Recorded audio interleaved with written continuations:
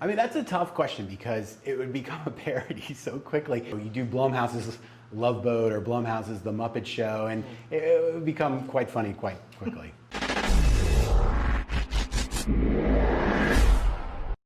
Your life is about to change. I got it, yeah, I want it. Got it. I hope you're ready. So, Jeff, you were only 8 when the show ended.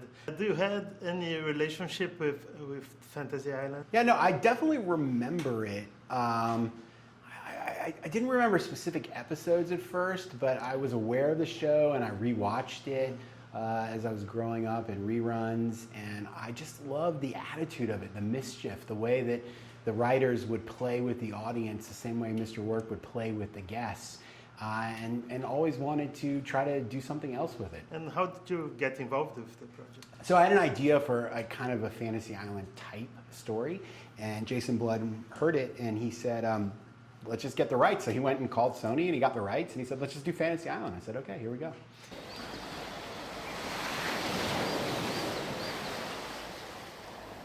I found interesting because being a Blumhouse production, we can expect a lot of horror, but it's also an adventure movie. Was always that the plan? It's a big genre mashup. It is a horror movie, it's a scary film, but there's adventure, there's drama, there's comedy. I like movies that have lots of different elements, and I want to create the most satisfying experience possible for an audience, and so that means pulling on those different elements.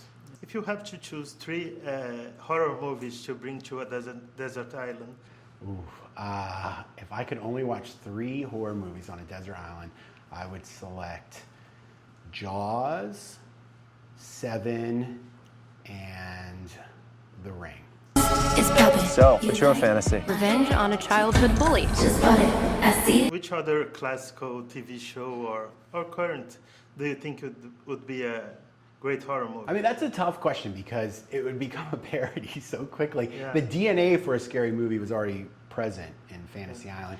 You know, you do Blumhouse's Love Boat or Blumhouse's The Muppet Show, and it would become quite funny quite quickly. Blumhouse has a lot of horror franchise. I think there's room for a sequel here. Do you like? I just tried to make the most complete film possible. I wanted the story to feel satisfying, like the characters who were involved had changed forever, if they even survive. Yeah. So I didn't really think about a sequel. I wanted any good idea that anyone had to be in this movie. That being said, there certainly is room to return to Fantasy Island. That is a really good hologram. I had the chance to talk with Jason Blum.